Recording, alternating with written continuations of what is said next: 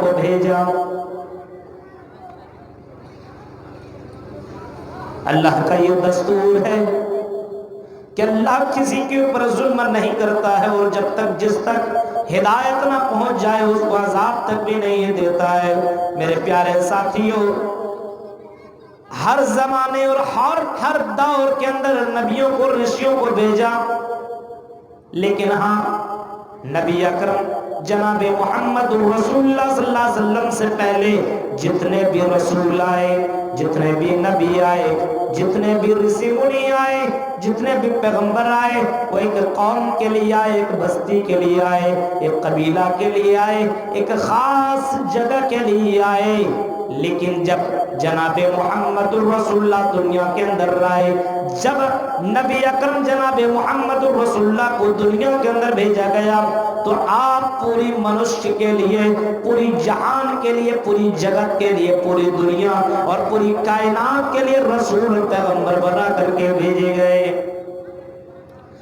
پوری جہان کے لیے رسول اور پیغمبر بنا کر کے بھیجے گئے۔ فرمایا وَمَا أَرْسَلْنَاكَ إِلَّا كَافَّةً لِلنَّاسِ بَشِيرًا وَنَذِيرًا۔ اے نبی محمد صلی اللہ علیہ وسلم، آپ کو ایک قوم کے لیے نہیں، ایک قریہ کے لیے نہیں، ایک بستی کے لیے نہیں، ایک خاص جگہ کے لیے نہیں، عرب کسی کے لیے صرف نہیں، مدینہ کے لیے صرف نہیں، مکہ کے لیے صرف نہیں، بلکہ کافۃ للناس بشیرا و نذیرا، پوری انسانیت کے لیے، پوری جہان کے لیے آپ رسول بنا کر کے بھیجے جا رہے ہیں، آپ بشیر بنا کر کے بھیجے جا رہے ہیں، آپ بشارت دینے والے بنا کر کے بھیجے جا رہے ہیں، وہ نذیرہ، اور آپ ڈرانے والے بھی بنا کر کے بھیجے جا رہے ہیں۔ آپ ایسے لوگوں کو ڈرائیے، ایسے لوگوں کو بتائیے، وعید سنائیے جو دنیا میں غلط کام کیا کرتے ہیں، اور ایسے لوگوں کو خوشخبریاں سنائیے جو اچھے اعمال کیا کرتے ہیں، ان کو آپ جنت کی بشارت دے دیجئے۔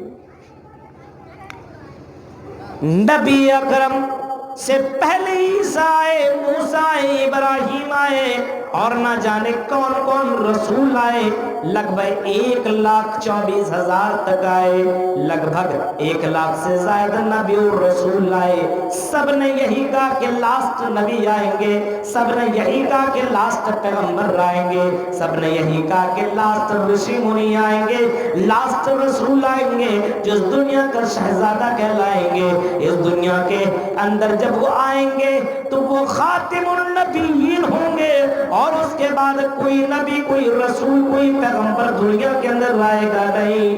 اس کے بعد رسولوں کا آنے کا سلسلہ ختم ہو جائے گا، اس کے بعد رسولوں کی آنے کا سلسلہ سماپت ہو جائے گا، اس کے بعد کوئی رسول نہیں آئیں گے۔ حضرت عیسیٰ نے بھی یہی کہا، حضرت موسیٰ اور ابراہیم اور دوسرے نبیوں نے یہی کہا، یہاں تک کہ قرآن نے تو حضرت عیسیٰ علیہ السلام کی ان کی باتوں کو بھی نوٹ کیا ہے۔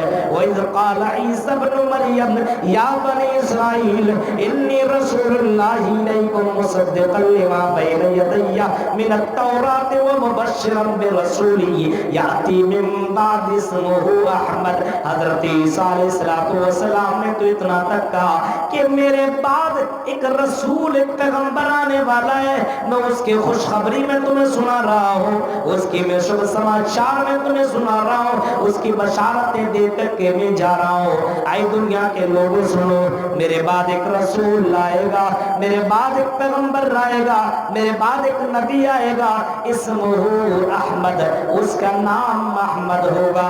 میرے پیارے ساتھیوں، یہاں تک بس نہیں، بل اسی نبی، اسی رسول کی بشارت غیروں کی کتابوں کے اندر بھی موجود، اسی نبی کی بشارت غیروں کی کتابوں کے اندر بھی موجود ہے۔ جب آپ بائبل کے اندر اٹھائیں گے تو بائبل کے اندر باقاعدہ اتنا لکھا ہوا ہے، حضرت عیسیٰ کہتے ہیں اپنے ماننے والوں سے I will pray the Father he shall you thy another come called after that I will not come much of you because the prince of this will come his name will be Ahmad. حضرت عیسیٰ اتنا کہتے ہیں لوگوں اب میرے بعد دنیا کا شہزادہ آنے والا ہے, بہت جلد آنے والا ہے, اس نبی کو آنے سے پہلے مجھے اس دنیا سے جانا ہوگا. I will pray the Father he shall you thy another come called. میرے بعد بہت جلد وہ نبی آئے گا the prince of this world come جو اس دنیا کا شہزادہ ہوگا, اس دنیا کا پرنس کہلائے گا, اس دنیا کا وہ پرنس کہلائے گا, شہزادہ کہلائے گا. his name will be Ahmad اور اس کا نام بھی احمد ہوگا, اس کا نام احمد ہوگا. حضرت عیسیٰ نے اس طریقے سے آپ نے بشارت سنائی, حضرت عیسیٰ نے اس طریقے سے لوگوں کو خوشخبریاں سنائی, قرآن نے اس انداز سے بیان کیا. اب آئیے ذرا منتر کو دیکھیں اور ذرا جناب محمد رسول اللہ کے ان خصوصیتوں کو دیکھیں, نبی اکرم کی ان صفات کو دیکھیں, اور غیروں کے اندر باقاعدہ یہ چیزیں موجود ہیں. آج وہ مانے یا نہ مانے, غیر کہیں گے تو تیرے رسول ہیں, یہ میرے رسول نہیں ہے. لیکن میرے پیارے ساتھیوں میں یہ بھی بتا دوں, آپ جاؤ ڈنکے کی چوٹ پر ان سے کہو جو رسول میرا ہے وہی رسول تو تیرا بھی ہے, بٹوارا کیوں کرتے ہو؟ لو اسی رسول کو تم بھی لے لو, اس رسول کو ہم بھی لے لیتے ہیں, اور اسی رسول کی اطاعت کر کے جنت میں تم بھی جاؤ, اسی رسول کی اطاعت کر کے جنت میں ہم بھی جاتے ہیں. نبی اکرم نے اتنا اعلان کر دیا تھا اپنی زندگی میں, من اطاعنی دخل الجنہ ومن عصانی فقد ابی.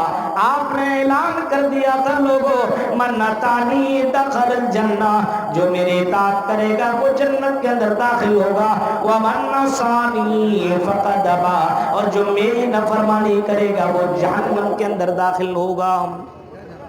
دونوں چیزیں موجود ہیں.